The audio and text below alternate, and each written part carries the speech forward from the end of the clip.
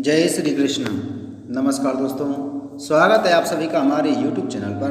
दोस्तों आज मैं आपको मौनी अमावस्या की कथा सुना रहा हूँ। कांचीपुरी नामक नगर में देव स्वामी नामक एक ब्राह्मण रहता था।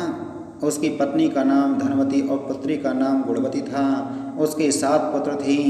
देव स्वामी ने 7 पुत्रों का विवाह करने के पश्चात अपनी पुत्री के विवाह के लिए योग्य वर की तलाश हेतु अपने बड़े लड़के को बाहर देश भेज दिया। इधर देव स्वामी ने अपनी पुत्री गुणवती की कुंडली एक ज्योतिषी को दिखाई। ज्योतिषी ने गुणवती की कुंडली देखकर कहा कि सप्तपदी होते होते ही यह कन्या विधवा हो जाएगी। यह बात सुनकर देव स्वामी अत्यंत दुखी हुए और ज्योतिषी से इस योग के निवारण का उपाय पूछने लगे। ज्योतिषी ने उपाय बताया कि इस योग का निवारण सिंहलदीप वासिनी सोमा नामक धोबिन को घर बुलाकर उसकी पूजा करने से ही संभव होगा। यह सुनकर देव स्वामी ने अपने सबसे छोटी लड़के के साथ अपनी पुत्री को सोमा धोबिन को घर लाने के उद्देश्य से सिंहलदीप जाने के लिए रवाना किया।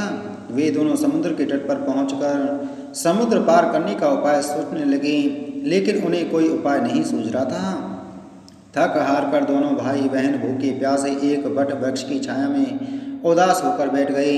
उस वृक्ष के तने की एक खो में गिद्ध के बच्चे रहते थे। वे दिन भर इन दोनों को परेशान होते हुए देख रहे थे। शाम को बच्चों की माँ उनके लिए कुछ आहार लेकर आई और उन्हें खिलाने लगी, लेकिन गिद्ध के बच्चों ने कुछ नहीं खाया और अपनी माँ से कहा, इस वृक्ष के नीचे आज सुबह से ही 2 भूखे प्यासे प्राणी बैठे हैं। जब तक वे नहीं खाएंगे हम लोग भी नहीं खाएंगे।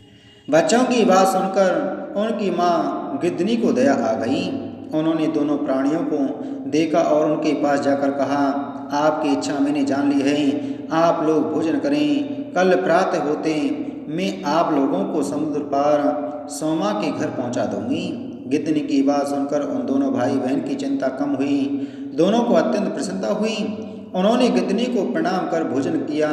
प्रातः होते होते गिद्धनी ने उन्हें सोमा के घर पहुंचा दिया। वे दोनों पास के ही जंगल में झोंपड़ी बनाकर रहने लगे। उन्होंने अपनी सेवा से सोमा को प्रसन्न करने का निश्चय किया।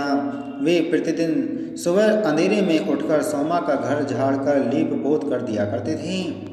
सोमा को हर रोज इतने ढंग से अपना घर लिपा पोता एवं साफ सुथरा देखकर आश्चर्य होता था।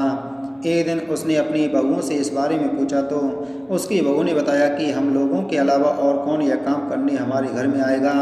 परंतु सोमा को बहुओं की इस बात पर विश्वास नहीं हुआ और उसने एक दिन सारी रात जागकर घर की सफाई का सारा रहस्य जान लिया।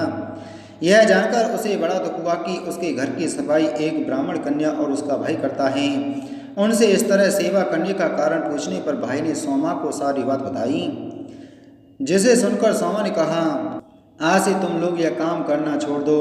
मैं तुम लोगों की साधना और सेवा से प्रसन्न और विवश हूँ। अब तुम्हारी सेवा किए बिना मुझे विश्राम नहीं मिल सकता।